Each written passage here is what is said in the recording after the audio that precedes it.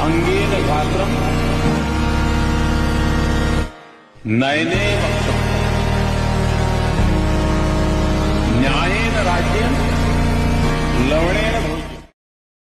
देखो, through out the history ना बहुत ढेर सारी अपसर्ड चीज़ें हुई है, बहुत ढेर सारे अपसर्ड रिवोल्यूशन हुए हैं। बट अगर तुम मुझे सपने में भी सोचने के लिए कहते ना कि इंडिया में रेवोल्यूशन कॉकरोचेस लाएंगे, भाई मैं तुम्हारे मुंह पे मुक्का मारता और बोलता ये क्या बक रहे हो मादरचोद। But then here we are. तो hey everyone, I am DJ and you are watching the DJ talks, जहां हम बात करते हैं डिफरेंट पॉलिटिकल, जियोपॉलिटिकल और करंट अफेयर्स के प्रोफेशनल टॉपिक्स के बारे में in a very unprofessional manner. And आज का हमारा टॉपिक होने वाला है कॉकरोच जनता पार्टी। भाई भाई भाई क्या कर रहे हैं अब लाइफ में, बट लेट्स गो। ये कैन डू जनरेशन है। तो बेसिकली ये पूरी चीज स्टार्ट हुई चीफ जस्टिस ऑफ इंडिया के एक स्टेटमेंट से, जिसमें उन्होंने इंडियन अनएम्प्लॉयड यूथ को कॉकरोचेस से कंपेयर कर दिया। There are youngsters like cockroaches. They, they don't get any employment. They don't have any place in profession. Some of them become media. Some of them become social media. Some of them become RTI activists. Some of them become. And to be fair, उनका justification फिर बाद में आया कि वो पूरे Indian youth को ऐसा नहीं कह रहे थे, वो बस ऐसा ही उन लोगों को कह रहे थे जो लाइक फेक डिग्री वगैरह होल्ड करते हैं। बट देखो, जब तुम पोजीशन ऑफ पावर में होते हो तुम्हारे वर्ड्स मैटर करते हैं, एंड उनके जो वर्ड्स थे वो गलत यूज हुए, बैकलैश आना ही था। और तो उसके बाद बैकलैश आया एंड ऑन 16 मई अभिजीत दीप के नाम के एक व्यक्ति ने as a satire cockroach Janata party launch की। एंड देखो, हुआ ये सी ना कि क्योंकि यूथ पहले से इनरेज था, सीजीआई के स्टेटमेंट भी थे, नीट का लीक भी था, काफ़ी चीज़ें एक साथ अलाइन कर गई। तो 17-18 मई तक, मतलब 1-2 दिन में ही उनके 1 लाख से ऊपर फॉलोवर पार हो चुके थे। एंड एक टाइम के बाद ना ये लाइक अभी करंटली जब मैं ये वीडियो रिकॉर्ड रहा हूँ 22.8 मिलियन फॉलोअर्स हैं इनके। अब देखो, इसी फॉलोअर्स से ना दूसरा पॉइंट आता है कि जो इनके काउंटर आर्ग्यूमेंट्स में है कि इन्होंने ना मतलब अपने फॉलोअर्स ऑर्गेनिकली नहीं बढ़ाए हैं, ऐसा कई लोग मानते हैं। कॉल इनकी अगर तुम आईडी पे जाओगे तो उनको काफ़ी ढेर सारे टर्की और पाकिस्तान वगैरह के अकाउंट दिख जाएंगे। टू बी वेरी ऑनेस्ट, मैंने अकाउंट्स चेक किए, टर्की के फ्लैग वाले ज़्यादातर अकाउंट्स जो है वो इंडियन ही है, like account is based in India. Pakistan वाले बाहर के हैं। एंड एक चीज़ और जो मैंने नोटिस की कि इनके अकाउंट्स में ना काफ़ी नए अकाउंट्स लाइक फॉलो कर रहे हैं, तो थोड़ा सा फिशी है वो, लाइक फिशी का। तो थोड़ी बहुत आई गेस फार्मिंग हुई होगी या फिर ऐसे ही लोग आ गए होंगे। एंड उसके बाद जो सेकंड काउंटर पॉइंट था इनका कि बीजेपी के अगेंस्ट है ये specifically, like they are not neutral, केवल यूथ की वॉइस नहीं है, वो स्पेसिफिकली बीजेपी के अगेंस्ट है। अब इसमें तुरंत क्या है, मैं वो नहीं तुरंत क्या है मुझे नहीं पता, मैं बस तुमको पॉइंट्स बता देता हूँ। बेसिकली ये आर्गुमेंट स्टार्ट हुआ जब पहले तो अभिजीत दीप की जो ये सारी चीज़ स्टार्ट की थी जिन्होंने, उनका कच्चा चिट्ठा जब निकाला गया तो पता चला कि वो आम आदमी पार्टी से काफ़ी क्लोजली कनेक्टेड है, लाइक कनेक्टेड थे। 2021 में तो वो डिजिटल कैंपेनर थे उनके, 21 से लेकर 24 तक, ये उनके लिंक्डइन प्रोफाइल से पता चला था।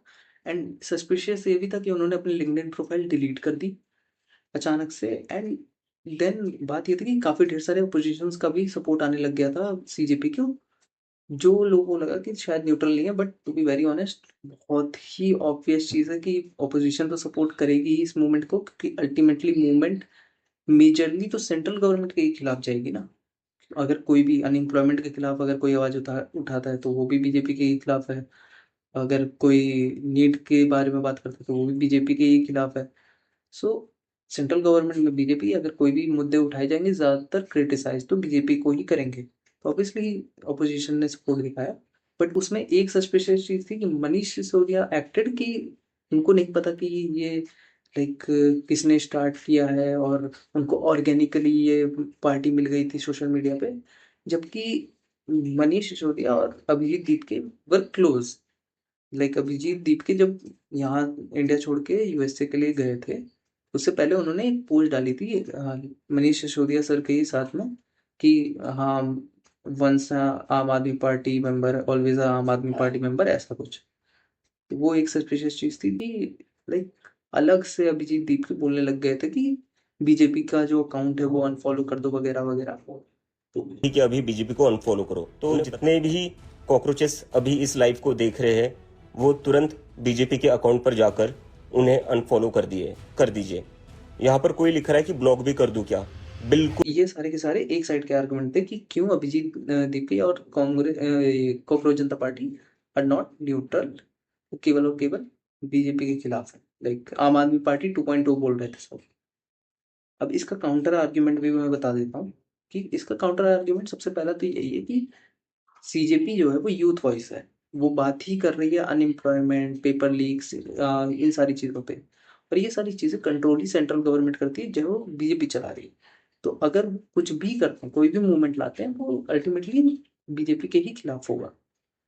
एंड देन सेकंड पॉइंट ये था कि ऑब्वियसली अगर कोई रेवोल्यूशन शुरू हुआ है जो कि काइंड ऑफ सेंट्रल गवर्नमेंट के खिलाफ जा रहा है, तो उसका तो अपोजिशन साथ देगी ही।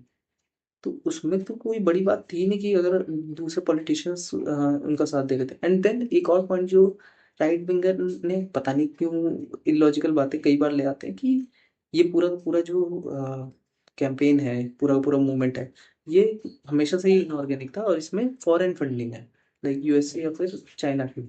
और ये बात वो केवल इसलिए बोल रहे थे क्योंकि अभिजीत दीप के यूएसए में रहता है। कोई सेंस है इस बात की? सो अब मैंने तुमको सारे आर्गुमेंट्स दे दिए हैं and you can decide for your self कि तुम बिलीव करते हो इनके ऑर्गेनिक होने पे या नहीं, इनके न्यूट्रल होने पे या नहीं।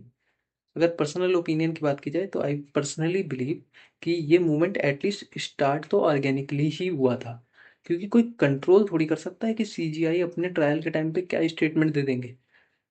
सो दैट्स माय ओपिनियन, तुम अपना कमेंट सेक्शन में बता सकते हो।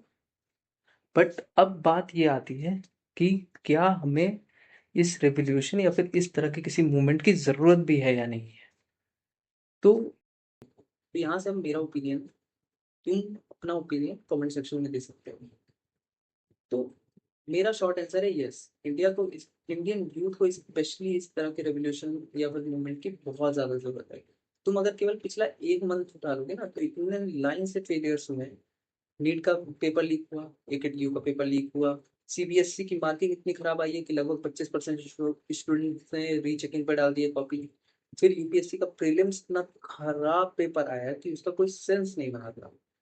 एंड इन्हीं सब चीज़ों को टैकल करने के लिए एक रेवोल्यूशन की जरूरत है, क्योंकि इंडिया में ना, अगर तुम्हारे मम्मी पापा या फिर तुम्हारा कोई क्लोज रिलेटिव आईएएस आईपीएस या फिर पोजीशन ऑफ पावर में नहीं है, पॉलिटिशियन नहीं है, तो तुम वैसे भी कॉकरोचेस ही हो, तुम कीड़े ही हो। तुम आराम से रोड पे चल रहे होगे और किसी अमीरजादे का बेटा आके तुम्हें ठोक देगा और 500 वर्ड का ऐसे लिख के छूट जाएगा। तुम आराम से अपनी जिंदगी जी रहे होगे और कोई यूट्यूबर आके तुम्हें मार देगा और उसके बाद उसको बिग बॉस में बुला लिया जाएगा। ये रियलिटी है लाइफ इंडिया में। एंड यही बात है ना यार, कि अगर इसको चेंज करना है तो रेवोल्यूशन तो लाना पड़ेगा। अब ये मेरा ओपिनियन है, मैंने तुमको सारी की सारी चीजें जितनी मुझे पता थी मैंने बता दी। ऑब्वियसली क्रोनोलॉजिकल ऑर्डर में नहीं है, अलग अलग टाइम पे अलग अलग चीजें बताई, बट इससे अब तुम अपने खुद के ओपिनियन फॉर्म कर सकते हो। मैं तुम्हें नहीं बताऊंगा कि क्या सही है क्या गलत है। So that's it for this video and please do like this video, comment करना यार, थोड़ा बहुत रीच बढ़ जाती हो, and please subscribe my channel.